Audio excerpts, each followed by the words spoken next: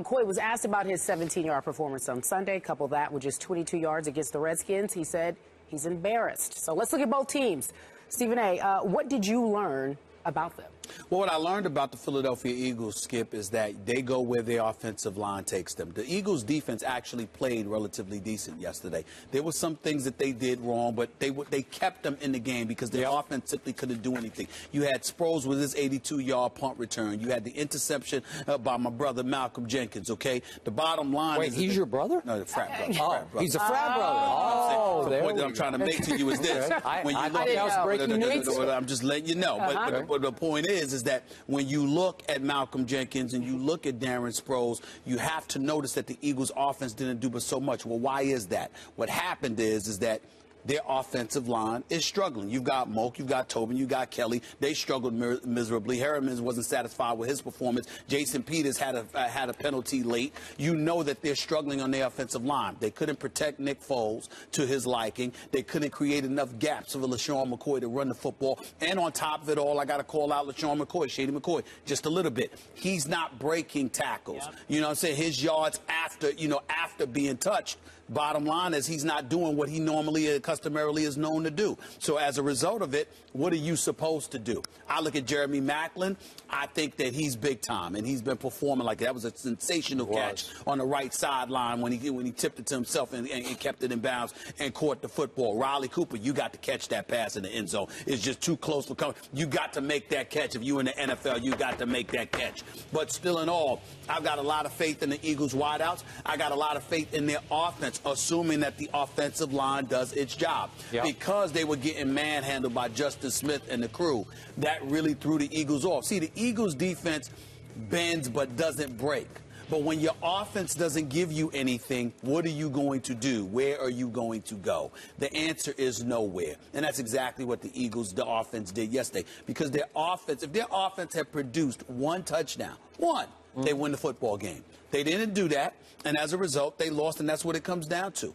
One in the second half anyway. So I'm just saying that really Chip Kelly's offense is going to go, like most offenses, it's going to go where the offensive line takes you. Well, and right now, to be fair to the Eagles, they're down 3 key starters in that offensive line. Jason Kelsey's gone, the center. Evan Mathis is a Pro Bowl guard gone. Who are you texting? Was that Malcolm?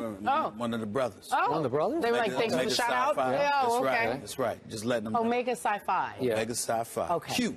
They're down a Pro Bowl guard in Evan Mathis, and the right tackle, Lane Johnson, the University of Oklahoma, still hasn't played because he's been suspended for 4 games. So I'm going to give him that break today. But I'm also going to tell you, both these teams I watched yesterday are flawed. They're both flawed, and I think they will continue to be flawed. I'm not sold on either quarterback at this point, either quarterback. And if possible, Kaepernick, bear with me on this, played a little less poorly yesterday than Foles did. Foles was pretty bad yesterday. Now, again, he wasn't protected, so I got to give him, and he doesn't move around very well. And one interception, he got popped when he threw that football. He got popped a lot, and he got up a lot, which that kid's got some guts. He's got some backbone to him.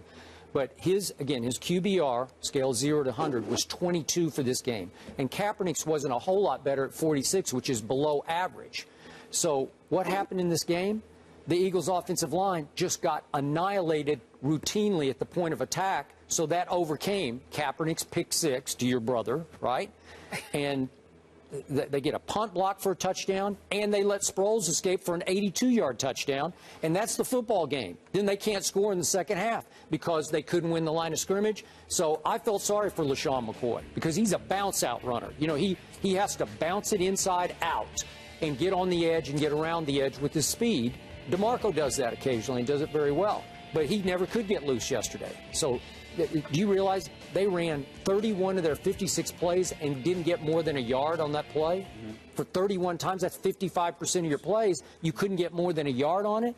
Well, San Francisco's defense, as we've been seeing the last few weeks, is not that good. Because haven't they fallen apart in the second halves of those games? That's true. You saw what Jay Cutler did to that defense. Yeah, but you got to remember that since the helmet-to-helmet hit he suffered against Emerson for the Redskins, LaShawn McCoy has rushed 27 times for 29 yards. Okay. Now, I'm just saying to you that if you are the quality back that Shady McCoy is, those numbers are pathetic, and he knows that. And so, yes, the offensive line needs to do a better job. But, I mean, the worst offensive line, when you have his skill set and his elusivity skills, the fact is that you cannot have 27 carries for 29 yards. I mean, that's just pathetic. All right, let's leave it here, shall we, and talk about your friend. His name is Aaron Rodgers.